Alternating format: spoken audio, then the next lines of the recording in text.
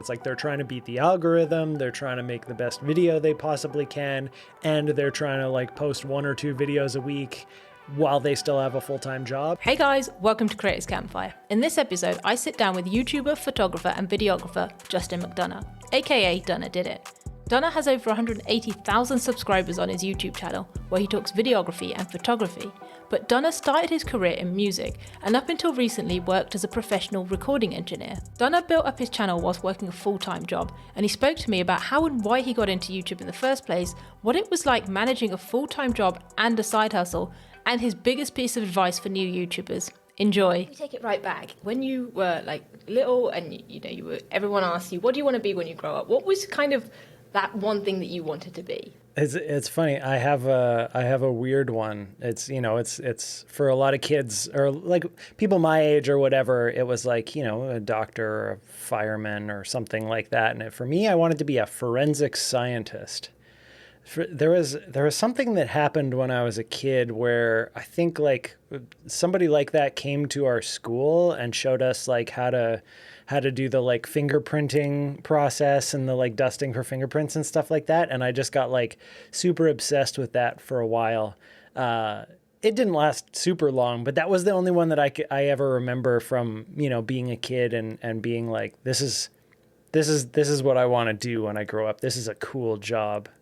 That's actually very cool and absolutely not what I expected you to say. I mean, there were the like the dream ones where I was like, I wanted to play in the NBA and I wanted to be a professional skateboarder and those kinds of things. But like, as I actually had like a legitimate, like this could be I could have a 9-to-5 dusting for fingerprints.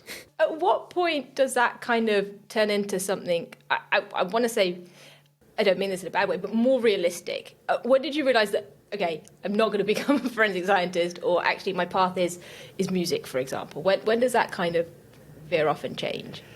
I mean, it's funny because as I was growing up, I did so many things. Like I played all sorts of sports and I was picking up instruments left and right. And I was someone who was like decent in school. So that I think there were a lot of options for me. And eventually what had to happen is that you start with all these things and you gradually whittle it down to the things that you're the most interested in and you want to spend more and more time on. And that was really my process, going from kind of like generic stuff like that and then whittling it down to like, okay, you know what, I'm going to have to drop the basketball team because I want to spend more time focusing on music, or, I want to get a part-time job at the local CD store or whatever. CDs, if anyone remembers those.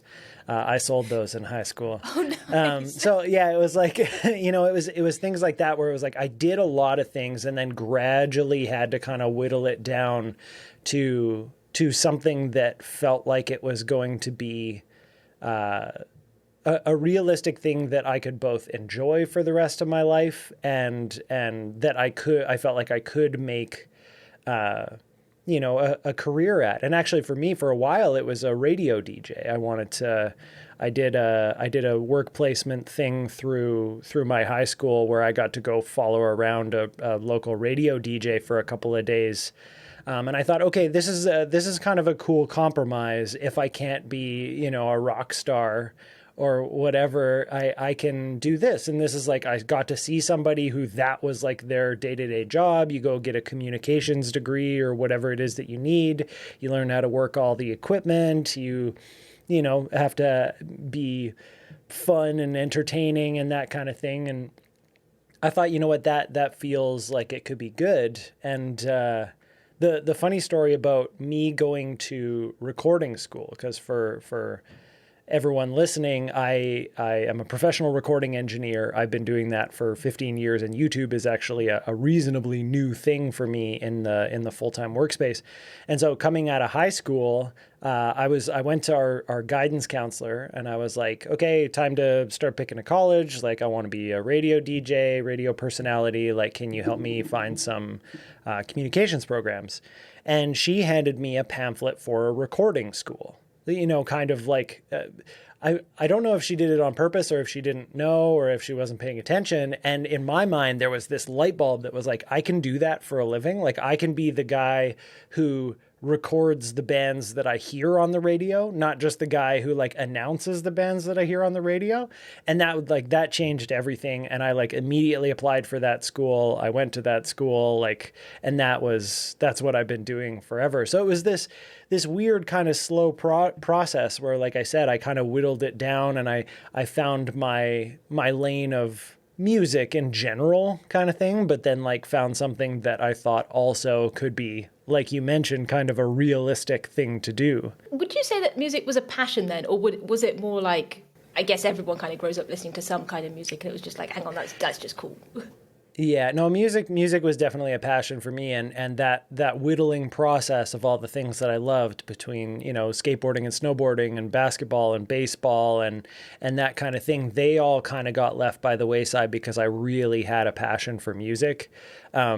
And I think that goes back as far as fifth grade kind of thing. I had a really great music teacher who then became my band teacher through middle school and then into high school. She was also my band teacher there. And so I was just like, I had a really good experience with music throughout my school years. And I think that really stuck with me. As well as while that was all happening in school, I was playing trombone. But which is like not necessarily the coolest instrument. And so then I picked up guitar, I took some lessons there, picked up drums, and played those a little bit on the side too, and was like starting bands. I was in like punk rock bands and that kind of stuff. So it was always like, I was always adding more music into the mix and taking out other things that didn't feel like they fit as well. It sounds like you really early on kind of had a knack for that, because that's not something that necessarily kids do, right? They're less like, they either are like, oh yeah, show me that, or they're not interested, or like to be able to say, hang on, I'm going to park that because I really want to focus on that. And actually it's not just that, I'm happy to expand my knowledge and learn about this and this and this. That's actually really cool and not what you'd expect from kids. Yeah, I'm a lifelong learner. I think that's what my YouTube channel is about too. Like I'm only really, like, most of my audience is really maybe only a couple of steps behind me as far as the learning process of video and photo and that kind of stuff that I'm talking about now. Like, for the most part, what the stuff that you're hearing me teach about and that kind of stuff is stuff that I was learning 6 months ago, or, it's not like I've been doing this my whole life and now I'm passing on my knowledge. It's like you're kind of coming on the process with me. And so I absolutely love to be constantly learning and constantly trying new things. And I think that really lent itself into my creative process, both in music and in more visual stuff lately. Were your parents in your kind of family supportive of that? Because I guess they're, like, again, not a traditional kind of career path maybe is to go into music or have a band or whatever, and kind of say, hey, maybe music is a career I want to go down. Yeah, absolutely. Yeah, I had super, super supportive parents through that. My mom is a musician as well. She played in like wedding bands for years and years, and it was always kind of a side thing for her. She never, I think, really made an attempt to like make it a main career, but that was something that she always did. And she showed me how to play Sweet Home Alabama on the guitar when I was a kid and that kind of stuff. My dad is not a musician at all, but was always super supportive. And like they helped me go to college for recording and all that kind of stuff. So yeah, I hit the jackpot basically as far as supportive parents. And I think I'm a reasonably logical person too. So if I came out of high school and said like, I want to drop everything and like try and go on tour, and like they might have maybe hesitated a little bit, but it was like, hey guys, I want to go to school, and here's the school that I want to go to. Here are the things that they're saying about their graduates and the jobs they're getting, and like I could make a really good case for why this was not just some kind of childish pipe dream kind of thing. And I mean, sometimes those can work out too, but I think it was probably a nice happy medium where I could do the thing that I was passionate about and also make it a reasonable thing for me to make a living at. When you go into something like that, is it very clear, kind of to your point, is it clear what the jobs you could get out of that are, or is it still very open? What happens is you go into a school like that thinking you want one thing and you come out realizing that there are so many more jobs. And I think that's something that too in the video and photo world that people don't necessarily realize is they have an idea of what the job is that you can do with that kind of knowledge. And you don't realize that there are so many more involved. Like if you were to go to a Hollywood movie set, there are like thousands of people there doing all sorts of different types of jobs, right? So like there are lots of options there, and audio is the same. You could be recording audio for video games. You could be doing sound effects and Foley, or you could be recording bands, which is kind of everybody's goal when they go into it. And when I finished it, what I really wanted to do was I wanted to write music for movies. So I ended up going back to another school and taking a diploma in music. I got two. I got one in drum performance and then one in music composition, so that I could try and get better at film scoring, essentially. Which then again, like it opened up these ideas for more and more things that you can do. I think that's something that they don't do a great job at in like high school, is telling you how many darn jobs there are out there that you can possibly get in like any niche at all, right? Like, and if you really look at those spaces, there's careers to be had and money to be made. Yeah, you're right. I think you have to decide so early, even now, like what you want to do for the rest of your life. And you almost feel like you're tied to it, and you're making these decisions when you're so young to say, okay, yeah, I want to go and do this. And I understand maybe more so if you want to go down the medicine route or like the law route, which is more specialized, and you kind of have to jump through the hoops to do something like that. But yeah, it's a lot of pressure to put on 16, 17, 18-year-olds to kind of go, okay, make a decision now to figure out the rest of your life. I can barely decide anything at that age, let alone like what I was going to do for the rest of my life. So yeah, I feel really lucky and really privileged that I got to, first of all, go into something that I was actually, passionate about. And second of all, that I feel like the skills that I've learned along the way are really transferable to kind of adjacent careers. So like even thinking about like who knows what's going to happen with YouTube in the next 10 years and what's going to happen with the creator economy and stuff. But I feel like I have so many skills now that I could transfer that over to doing commission work for video or photo, or I could, go back and get heavier into audio again, or I could do live sound, or I could, apply at other recording studios. And there are so many options based on the kind of skills that I have and have proven to, be able to actually wield and use them in a professional sense. What would you say the best skills that you've learned through that are? I mean, patience is probably the biggest one that I've noticed, is like, if you do really like consistently do something and practice and get better, it kind of works itself out a little bit, and if you ever watch any of the YouTube gurus talk about, consistency and that kind of stuff, it kind of feels like it becomes cliche a little bit, but the more that you put out there and the more practice that you do, not only the better you get at it, but the more likely you are to be discovered, or to, if let's say you're a recording engineer and you want to record bands or whatever, if you're putting out lots of music that you've recorded, eventually people are going to hear that, ask where it was recorded, and come find you. If you're sitting there waiting for the perfect band to record before you ever do anything, like how are they going to find you? How are they going to, how are they going to know that you're worthy of recording their music, that kind of thing. So I think the consistency and the patience is really important, especially in creative fields, because it takes a long time and a lot of perseverance to get your stuff in front of the right eyes that will be like a career-making move. They say that if you work on your passion, it becomes like, if your passion becomes your job, it becomes work. So you obviously had this passion for music and now you're working in the music industry. Have you ever come across that? Have you ever felt that? Is that perhaps why things have changed in the last few years? Welcome to Dunna being a YouTuber. So the story behind why I'm a YouTuber now and not just a full-time, music producer and audio engineer, which I still am doing that, but really what happened is that I felt like I needed a creative outlet that wasn't answering to a client.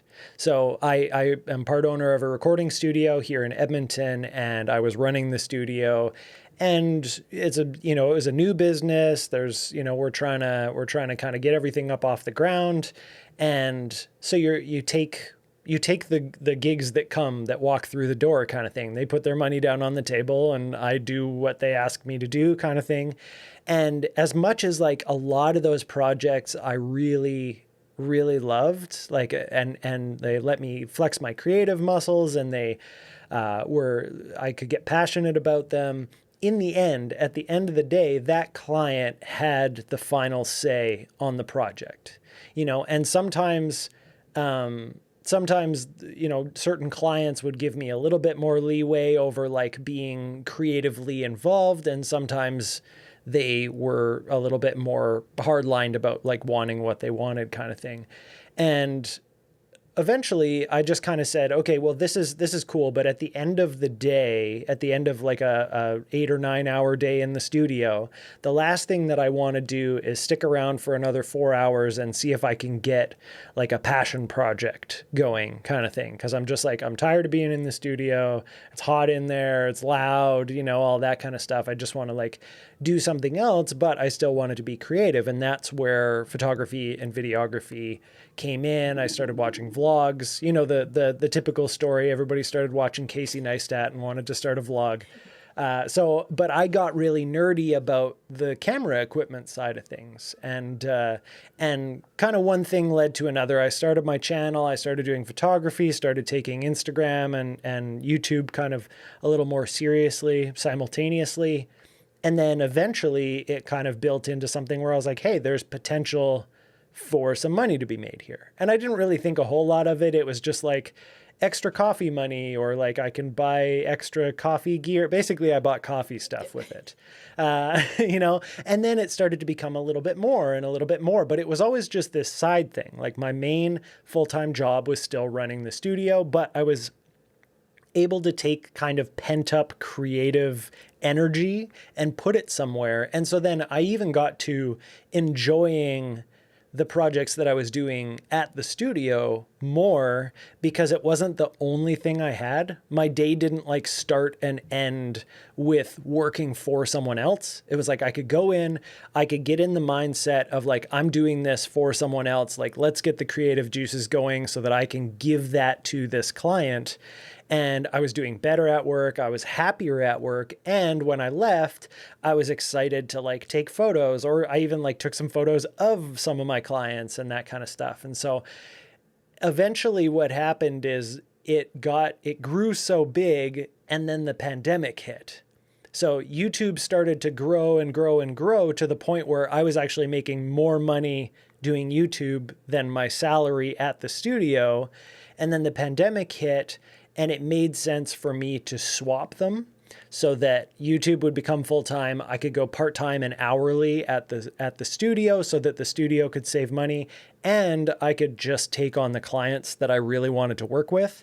So I've got somebody else that works most of the time in the studio now that does most of the work. And then if something comes by, or if like a client that I've worked with in the past that I really like working with comes to me and says, hey, I'm ready to do another song or another album or whatever, I can kind of just take on the projects that I want. It's basically the ultimate swap for, like to take on a career where on YouTube, no one tells me what to do. I'm not answering to any clients. Every once in a while, I have, a sponsor or something like that that I kind of have to run things by. But in the end, I'm just adding them to a video that I chose that I wanted to make. So it doesn't feel the same as the client work that I was doing in the studio. And then if I want to take on more music stuff, or if I want to make music for myself, all of a sudden I've got kind of creative space for that again. So it's more the fact that you're doing it for you rather than the specific job. So it happened to be photography and videography, but it almost didn't matter. It was, hang on, I need something for me.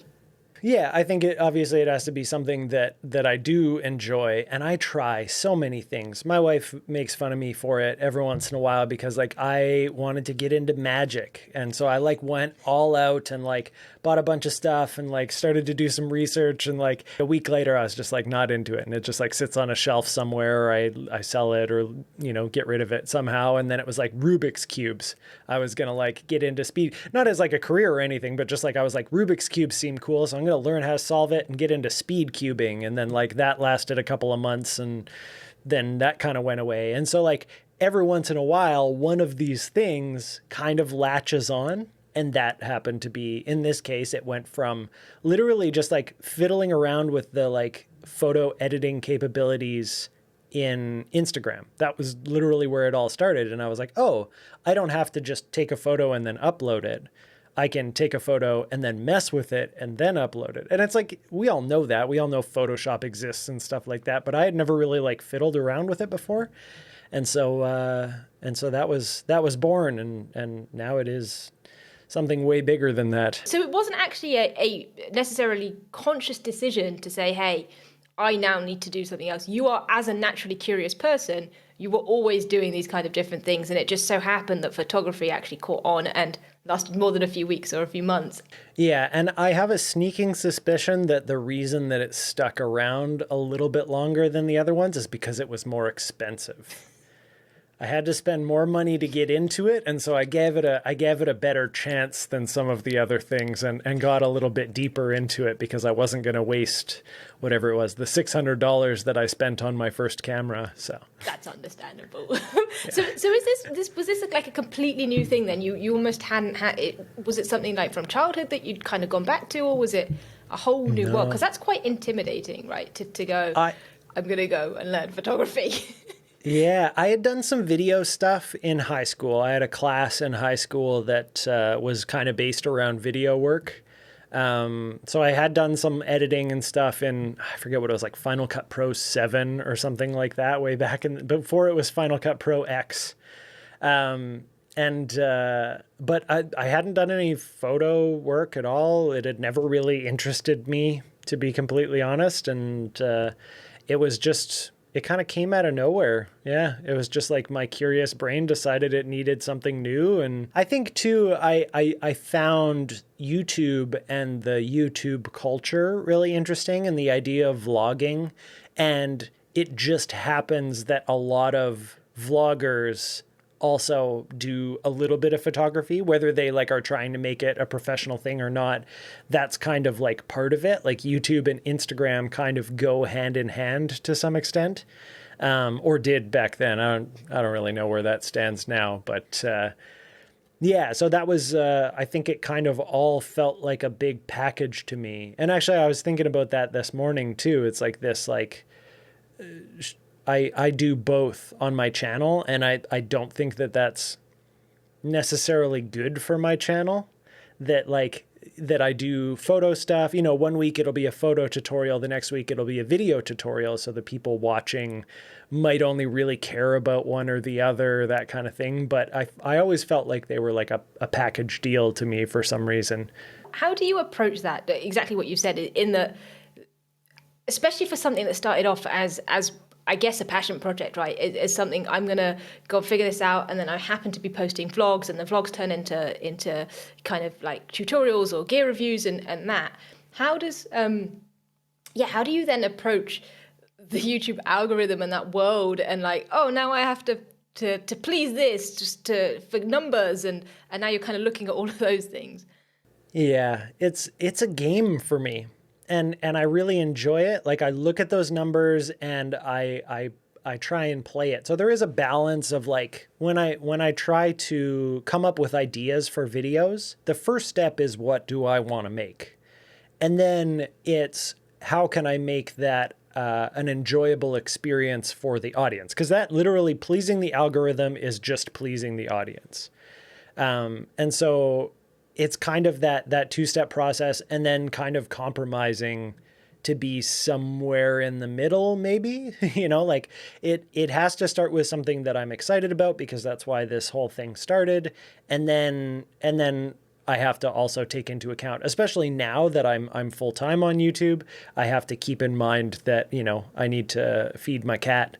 And so it has to be as good as I can make it kind of thing. And I'm the kind of person where I don't really like to do anything halfway anyway. So it's pretty natural for me to come up with an idea and be like, okay, how can I make this the best video that it can be? But yeah, it's this funny balance of, what do I want versus what does the algorithm want? And then finding kind of a happy medium. And like I said, like I look at the numbers and generally it's a little hard to not be emotional about it and have feelings about the ups and downs of it sometimes. But generally I can look at the numbers and try and use them as part of, like I said, like kind of a game or like an assignment kind of thing. So I can use the data to try and help, inspire decisions. And there are lots of tools out there that kind of help me do that as well. How is that mindset shift going from part-time to full-time? Because obviously, like you said, it has to bring in the money because that is now your kind of main source of income. Yes, okay, you might still be part-time, but all of a sudden it's flipped on its head. And therefore you've obviously put way more pressure on yourself for it to work. So what are the things that are kind of going through your mind? I mean, I'm a very careful person when it comes to stuff like that. It's I used to always joke that was one of the reasons I never got good at skateboarding was because I was way too careful. I always wanted to it was like before I even attempted a trick, I wanted to know that there was like an 80% success chance. And I feel like when I approached going full time on YouTube, it was kind of the same thing. I built it up to the point where, like I said, I was already making more financially than I was in my other full-time job. So to be able to switch that out and replace it, basically what I did was made sure that it consistently made more than my other job for, I forget what it was, like 6 months or something like that, where I felt like, okay, this feels reasonably sustainable. And like, even if it is going to decline, it's not going to happen in a week. I'm not going to like next month, all of a sudden not be able to pay rent. It's like, if it is going to go down, I'm probably going to see it coming and it's going to be slow and I can do things to counteract it and that kind of stuff. So it's this like, again, it's kind of playing it like a game, which can feel like a dangerous thing to do with your finances, but especially when it's something that you're passionate about and you're willing to put in the time and the energy for, it actually almost feels safer than getting a 9-to-5 and being miserable, and like safer with my life than and my happiness. It's nice to have the steady income and to know where it's coming from. But if you're willing to put in the time and the effort and the energy and really look at things in a logical way and try, like I said, not to get too emotional about the ups and downs and just use the data as information, then it does feel just as safe as a 9-to-5 job where you know what's coming in the next month. For sure. I think that's one of the things that I guess the whole pandemic has probably shown a lot of people is that this 9-to-5 isn't necessarily safe. So we're holding on to something that actually and obviously not everyone is in this position, but those that are in a position where they're like, I'm doing this because it's a safe option and I'm not actually happy, hope that it's kind of shown that's not the case and that there are other options. So, yeah, for sure. I'm not going to get fired anytime soon either. Right? My boss really likes me. Yeah. That's great. Yeah. Self-love. Right? It's the most important thing. Yeah. But okay, so you are this logical person, and you do approach things very like clearly and logically, and you look at the data and you make sound decisions clearly. But have you ever had days where you've gone, oh, well, was this the right decision? Or, oh, I kind of don't want to do this anymore. What on earth have I done? Yeah, it's usually linked with bad performance. Because as much as like I would love to, you know, flip a switch and go into like full robot mode when I'm looking at the analytics, I am still, a human. And when I see a video not doing well, I do the same thing that every creator does, you know, where I say, oh no, this is it. We're going down. Like, you know, grab a dinghy, like we got to figure out how to swim all of a sudden, you know. So I do that as well. And then you just try your best to kind of get through that and make the next video and like learn from it too. Like that's something that's really important is like, if you need to have a minute of freak out, like yell into a pillow or whatever, or have a cry or whatever you need to do. And then go back to that data, go back to the analytics and write down what happened. Why do you think that one wasn't as successful as you thought it would be? Why, you know, maybe that kind of video doesn't do well on your channel, or maybe it's just a slow bloomer. You know, some of my top videos, in fact, my most viewed video didn't pop off until 3 months after I posted it. So if I would have, you know, the week later been like, you know what, this is garbage, I'm just going to delete it from my channel, or I'm going to try something that is completely out of left field and not related to this. Like if you make those rash decisions, like you might be missing out on something in the future. So it's a tough thing to do because you're not fully in control of what could happen.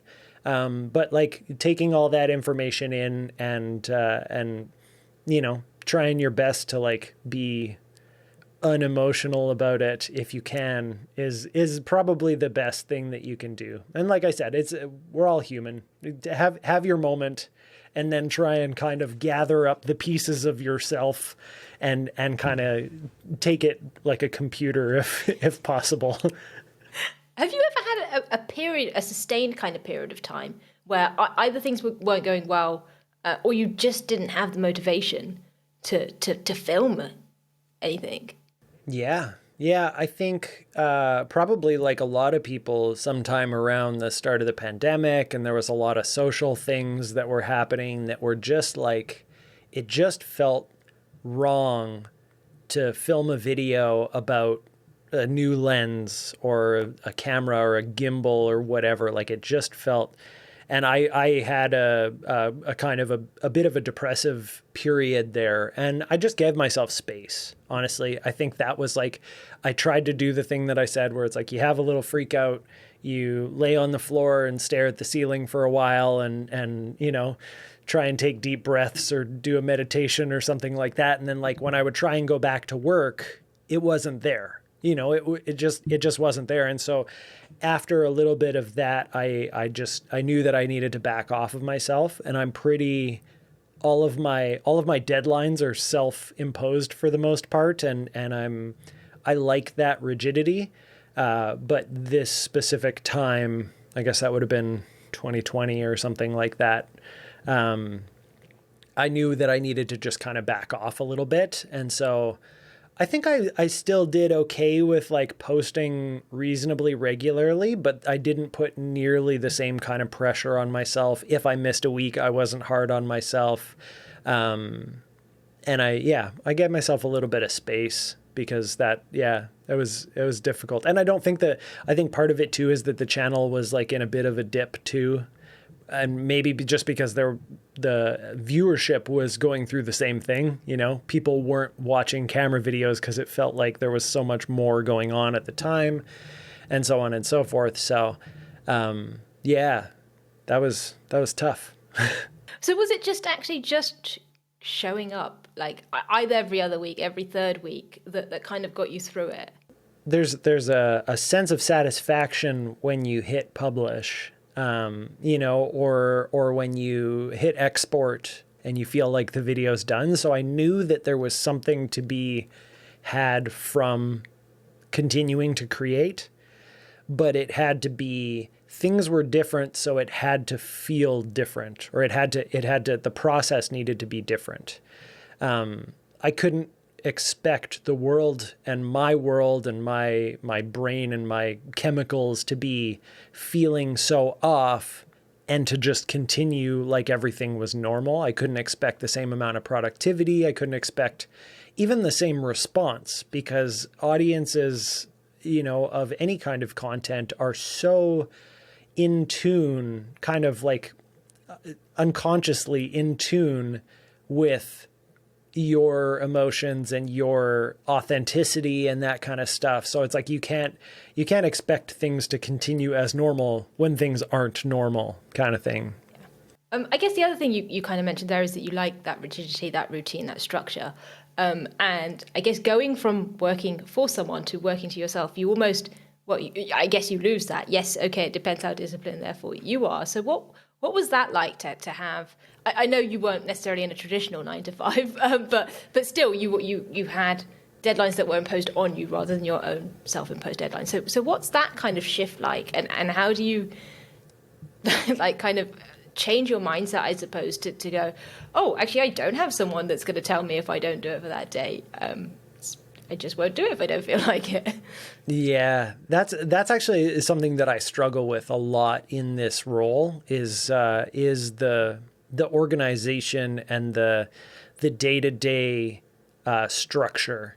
And I very much, I'm in the process right now of trying to figure out if I have some kind of adult ADHD, because everything I read about it lines up with me so well. The only thing that doesn't seem to line up is that I did well in school, which is usually how they flag it to start with. And so I don't want to claim that I have it because I haven't been diagnosed, but I have a suspicion. And whatever that is, whether it is or isn't ADHD, I really struggle to do anything if there's not a deadline. If there's not, and if it's not urgent, like if I have a video that needs to go up, or let's say I've got a sponsor for a video, so I need to submit it by, let's say Thursday, so that they have a day, a weekday left to go over it and get back to me so that I can post it on Monday. I'll wait until Wednesday afternoon to like get to it. But I'll beat myself up for Monday and Tuesday because I'm not getting it done. But for some reason, I just can't seem to push forward and actually make it happen. And I am unable to figure out why necessarily, but it's like it has to be urgent, or it has to be like exciting and new. That's the other thing. If it's like, if I get distracted, like I got home from a haircut this morning and I was like, hey, I need to clean up the studio and get ready for this podcast. And then I saw a camera cube for my backpack that was like the bigger camera cube. And I was like, ooh, I should organize that camera cube and see what I can fit in it if I have the bigger one in there. And so I did that. I literally just I was like a bird that saw something shiny, and I got distracted and I organized this camera cube. And then, 20 minutes before the podcast, I all of a sudden was like, okay, I still have enough time to get ready, but wow, I could have been so comfy, and now I don't have time to like make a coffee or anything like that before it. So it's like that combination of like, it has to be a fun project or a new project, or it just has to be like the very last minute. And somehow I've managed to sneak by my entire life, even in school. Like, I said I did well in school. It was because I would leave like my English essays till the last minute and then somehow still get a good grade on it. It's like I knew what they wanted to hear, and I fully like hear the groaning of the audience of like, oh, you're one of those. And like, I don't know what it is. I wish I could pass that on to everybody else, but somehow I managed to do that. And unfortunately, it's seeped into my adult life too. I haven't figured it out yet how to stop doing that. I have gotten better, and I have processes and tools that I use to try and keep me organized. But that is still something that a lot of people don't get to see too, but that I struggle with like on a daily basis, and my wife hears about it a lot. Okay, so I guess what are the other things that kind of that transition from either part-time or full-time in working for somebody else, let's not use traditional, working for somebody else versus working for yourself is, I'm not sure how much I like this phrase, but work-life balance. Because I guess when you're working for yourself, it's a lot harder to see those clear, this is the end of my day or this is the end of my project. Like you were saying, when you had client projects, it was done. And you either went home or, yes, okay, you could stay around if you wanted to do your own thing. But that was it. You then pack up and go home. Whereas now you're working for yourself. Now you've got your own channel. It's not the same. So how do you kind of navigate that world? Yeah, that's another tough one. I mean, that goes along with the organization as well, because if you can organize those boundaries, then they're easier to set. And I think as I was making the transition from the studio to the YouTube world, I was setting those boundaries more and more in the studio setting. So I got to kind of carry some of them over into the YouTube world. For the last couple of years at the studio before I went part-time, we had hired another engineer to be working in there, and he was taking on more and more of the work, and more of the work that I maybe didn't want to do necessarily. So I was able to take on more projects that I was excited about, and I got to kind of set my hours and say, like, I'm not here after 8 o'clock. If you want to do a post 8 o'clock session, like Connor is more than happy to come in, and like he's a young go-getter who just like is working his way into that world. And so like had the same lack of boundaries with his time that I had when I first started. And now he's at the point where he can start creating his own boundaries and stuff around the projects that he wants to take and the time that he wants to spend. So I'm lucky in that I shouldn't say I'm lucky. I worked to the point where I felt comfortable setting those boundaries, and I carried them over into my YouTube world. So like I work long days, but I have like a clear end to my day. It's something that my wife and I have kind of set up a schedule, and I don't work on the weekends. So it is something that's tough if you listen to all the hustle culture, Gary Vee stuff, where it's like, what are you doing on the weekend? If you're not using your weekend to to make more money, then you're a piece of garbage human, like, that stuff is, I mean, not that he actually said that you're a piece of garbage human, but like, sorry, the world of hyperbole here, but yeah, like that, the hustle culture kind of life tells you that you need to be using all that time. And then we have 100 different YouTubers making videos about burnout. Like, you wonder why, like, so I think there is like an important balance there. And unfortunately, I think everyone wants an easy answer. What is the balance? How many hours should I work so that I don't burn out? And it's like, there isn't one. There is no answer. It's a lot of give and take. And it's, for me, it's a lot of communication, like being able to vent with my wife and ask her and be like, I feel really stressed.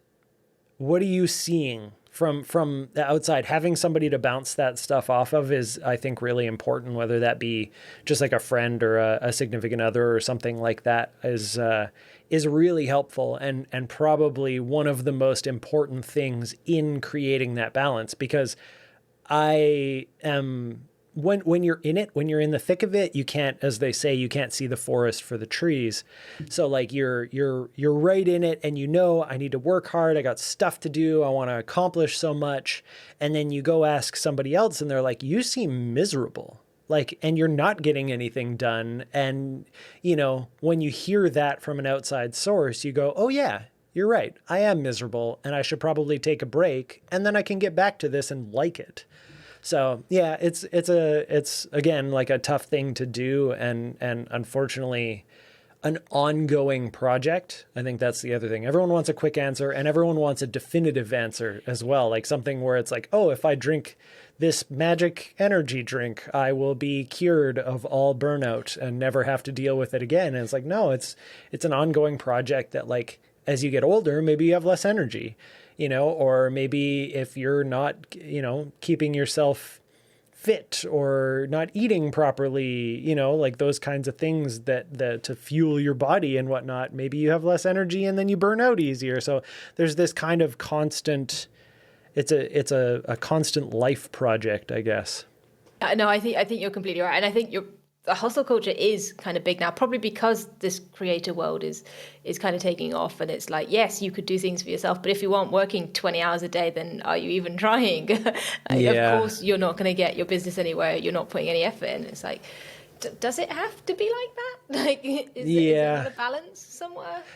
And the funny thing about me saying that is that I'm like the poster child for that. It's like I had a full-time job that, like, and you know, was working long hours at that full-time job too, because I'm a part owner. So it was like I was also like hustling that, and then on the side I started this extra thing and I built it to be something else. So I'm like, I did it, you know, but I think that there's like there are people who think that they see somebody else doing it a certain way and just try to like copy and paste to their life. And I think that it's a lot more about knowing yourself and understanding what you're capable of and when you need a break too, or where your boundaries are, where they need to be, those kinds of things. It's hard. It's hard to, and again, like, it's like I feel like I'm trying to formulate the answer for the audience here, and it just doesn't exist, you know? Yeah, each to their own. Everyone is different, and you need to find your own journey and your own balance. And yeah, you're right, because I will burn out probably way quicker than 90% of people. I'll be like, nope, this is all I can do. I'm done. I need, you know, the whole weekend to not do anything. And maybe you'll burn out easier in February than in March, or easier in April than May. You know, like it comes and goes. Yeah. Yeah. I guess kind of on that, and you're right. You have actually been there and done it. So what was going through your mind at that point? Like, was there any of this thought of oh, I might burn out, or maybe this isn't right, or was it just like it just happens? Like, was there even a thought of, do I do this because it will take X amount of time, or was it just kind of naturally evolved? I mean, for me, it very much naturally evolved, and I wasn't trying to make this my career. Like, I wasn't trying to make this my full-time job when I first started. It was just, like I said, it was just something fun that I could do that was like creative. And then when I saw the potential for financial benefit, financial gain out of it, I just like didn't close that door. If that makes sense. It's not like I even like ran through it or like, you know, invited people in or anything like that. I kind of just left the door open and saw what happened. And so I do think that that's something that's a little bit different about my origin story, my YouTube origin story, than some people's. Is like they go into it thinking, okay, what do I, you know, day one, what video do I need to post to get famous and to make a bunch of money and get sponsors and that kind of stuff. And like, that was never, ever my goal within the first couple of years of doing it. It was basically when sponsors started hitting me up that I was like, oh, I can get sponsors. Okay, cool. Like, let's try that and see what happens. And, you know, now it's a little bit different because I did take the plunge into full time. And so now I have to be actively making that happen. But it was a really big accident to start with. Also, I guess in your, kind of to your point, because you weren't going out to make it this thing or this overnight success, it happened gradually, right? And therefore it wasn't, oh, okay, I'm working all week and therefore I have to still find 20 hours to put out the best video in the world. It's like, okay, I'm working. If I have time, which 9 times out of 10 I probably will, I'll fit it around, but no biggie if it doesn't go out. I'm not trying to optimize every single video, right? Yeah, and for me, it was like, it wasn't so much like, maybe I'll get a video out this week. It was, I'm going to get a video out every week. And I did, but if I had to sacrifice the quality of the video to get the video out, I would. And I think that that's kind of like if you've ever like heard the people talk about, like, when you go to a mechanic, you can pick 2 of 3. You can either have it cheap, fast, or done well kind of thing. It's like, it feels like, if you want to have like a steady schedule for content and you want to have the quality there, it's like, I kind of felt like I had to sacrifice one or the other. And I felt like it was more important for me to get the practice in of posting videos and doing them once a week. And that, again, the structure of having a deadline in my mind, as soon as I let it go for 1 week, back then anyway, if I would let it go for 1 week, I was worried that I would never come back to it. So it was way more about the schedule than it was about the quality. Whereas I think people try to do both. And I think that's where, especially, people start to kind of burn out. It's like, they're trying to beat the algorithm. They're trying to make the best video they possibly can. And they're trying to like post 1 or 2 videos a week while they still have a full-time job. It's like, I picked one thing and I just made sure I did that thing. And even if the video was garbage, like, I put it up and that was fine. It was, I knew I was practicing, I think.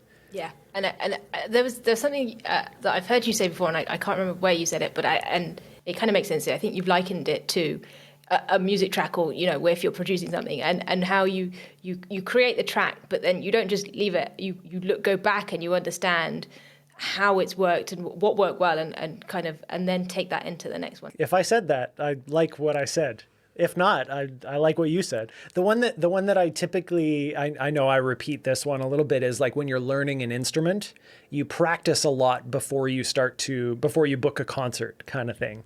And so that's usually like everyone always asks the like advice for new content creators kind of thing, is like, everybody thinks they need to post everything they make, and they think they need to post the first thing that they make. And that just doesn't make any sense to me.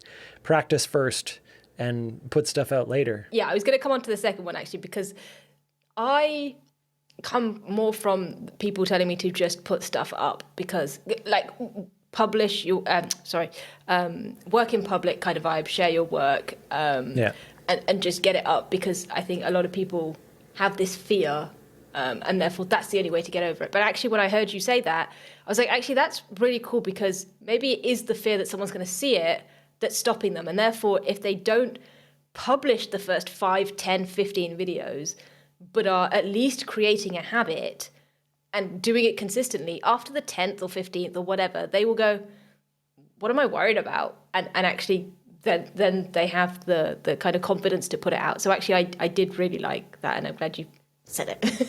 Yeah, and I mean, it's too, like, what'll happen is 5 videos in, you'll be like, this is cool. Like, this is better than the first 4.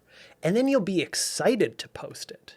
Instead of just like dreading it or whatever, like you maybe were on the first 4 when like you watch them back and you're cringing a little bit, as like on that 5th one, you'll be like, wow, I actually like learned something from the first 4, made a better video, and now I'm excited to share it with the world. And that's the best feeling in the world, is when you create something. Well, I shouldn't say the best feeling in the world, but I really like that feeling when you when you create something and you're excited to share it with somebody else. And like, maybe you're that annoying person that's like, hey, look at this on my phone or whatever, but like, if you're excited to share something, like, that's such a good feeling. And I think that adding extra pressure to publish everything, or to like not give yourself space and time, kind of gets in the way of that. And I think there is this happy medium. I guess you could take my analogy of like learning an instrument